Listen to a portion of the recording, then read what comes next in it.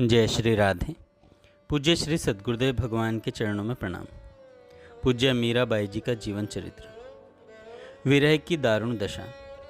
सागर की उत्ताल तरंगे उन्हें विभोर कर देती, किंतु प्रिय विरह की दारुण व्यथा चैन नहीं लेने देती। उन्हें वृंदावन की वे रातें याद आती जब वे ललिता के साथ गोवर्धन गिरी के कुंजों, यमुना पुलिन और वृंदा वीथियों में श्याम सुंदर की लीला दर्शन करती हुई घूमती थी। लगता था बस गंतव्य आ गया, अब कहीं नहीं जाना, कुछ नहीं देखना, कुछ नहीं कहना। किंतु धनी का धनी कौन है? अब ये द्वारिकाधीश कहाँ परदेश जा बसे कि प्राणों की पुकार सुनते नहीं। माई मारी हरी हूँ न भूजी बात, अब उसके बिना कैसे रहा जाए। उनका पल पल युग के समान बीतता। उनकी व्याकुलता देखकर दासियां घबरा जाती। वे किसी प्रकार चेत कर आती तो लगता जैसे जल से मछली बाहर निकाल दी गई हो। श्याम माँ ने क्यों तरसा वो जी। उन्हें शांत करने का एक ही उपाय था, सत्संग। संतों को देखकर उनका सारा दुख दूर हो जाता। वे स्वयं कहती, श्याम बिन दुख पावा सजनी, कुण महाने धीर बंधावे। यो संसार कुबुध को भांडो, साध संगत ना भावे। साध जनारी निंदा ठाणे, करमरी कुगत कमावे। साध संगत में भूल न जावे, मूर्ख जन्म गमावे। मीरा रे प्रभु थारी शरणा, जीव परद पद पावे। कभी कभी दासियों को लगता देह में प्राण नहीं रहे। वे रो उठती, किंतु मंगला धीर धरकर कीर्तन करने को कहती। उनके कीर्तन से वे सचेत होती, पर उनकी पीड़ा देख वे पछताने लगती कि जब तक अचेत थी पीड़ा भी शांत थी। शायद मूर्छा में प्रभु दर्शन का सुख पा रही हों। सचेत होने पर भी वे कभी नीलवर्ण सागर को अपना प्रियतम जानकर मिलने के लिए दौड़ पड़ती, कभी नील गगन की ओर हाथ उठाकर उछल पड़ती। दिन तो जैसे तैसे साधु संग भजन कीर्तन में निकल जाता, किंतु रात तो बैरिन होकर ही जाती। मंगला बारंबार समझाती, बाईसा हुकुम, द्वारिकाधीश पधारते होंगे, वे आपसे कैसे दूर रह सकते हैं, आप धीरज धारण करो। मीरा जी कहती, मेरी यह देह उनके स्पर्श के बिना जलती है मंगला। मिलकर बिछुड़ना उनका खेल है, पर मैं क्या करूं।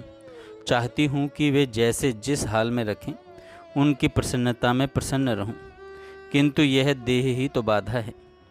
पापी प्राण इतना कष्ट पाते हैं, पर देह का मोह नहीं निकलता। एक दिन मीरा अचेत पड़ी थी। मुखाकृति ऐसी डरावनी हो गई थी कि किसी प्रकार पहचान में नहीं आती थी। मुख से झाग और आंखों से पानी निकल रहा था। उनका तप्त कांचन वर्ण झुलसी कुमुदनी सा और देह फूलकर पानी भरी मशक सी दिखाई देती थी। मुख से अस्पष्ट स्वर निकलता। उस दशा को किसी भी प्रकार प्रयत्न करके भी वे समझ नहीं पा रही थी।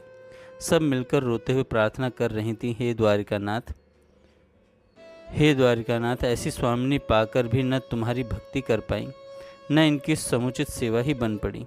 इतने पर भी हे जगन्नाथ, किसी जन्म में हमसे भूल से भी कोई पुण्य बन गया हो तो कृपा कर हमारी स्वामिनी को दर्शन दो नाथ।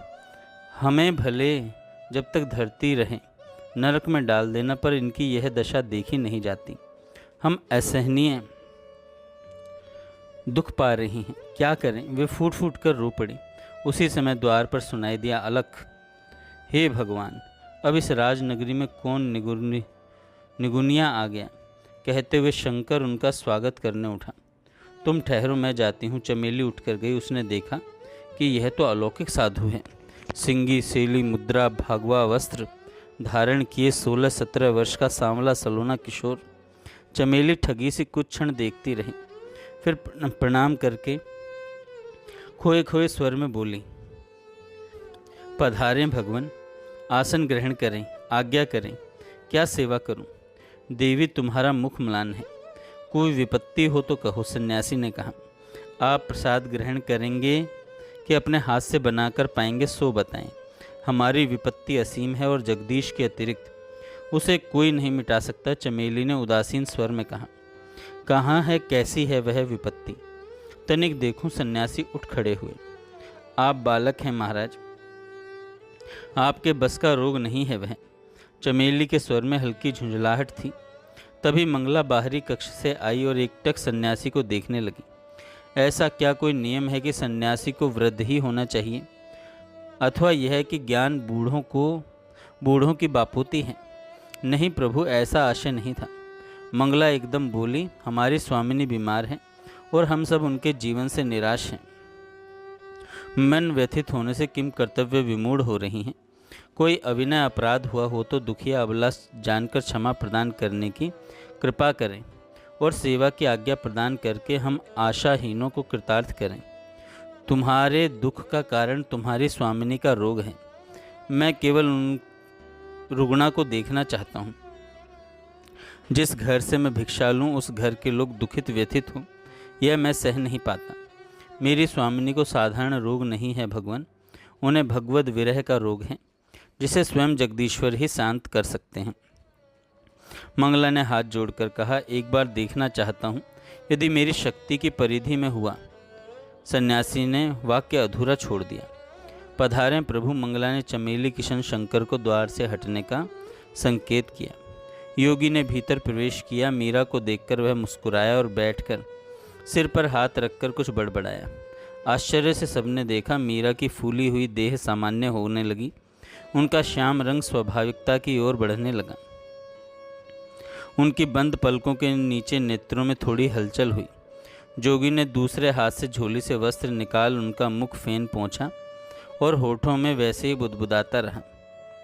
कुछ क्षणों पश्चात ही मीरा उठकर बैठ गई। यद्यपि वे विभ्रांत दृष्टि से सबको देख रही थी, सब पर होती हुई उनकी नज़र यति सन्यासी पर ठहर गई। उसने सिर से हाथ हटाकर स्निग्ध स्वर में पूछा, क्या हो गया है तुम्हें? एकदम मीरा कह उठी, प्रेमनी प्रेमनी प्रेमनी रे, मने लागी कटारी प्रेमनी रे। यति खिलखिलाकर हंस पड़ा तो मीरा ने चौंक कर उसकी ओर देखा। यह हंसी तो ब्रज में कई बार देखी है।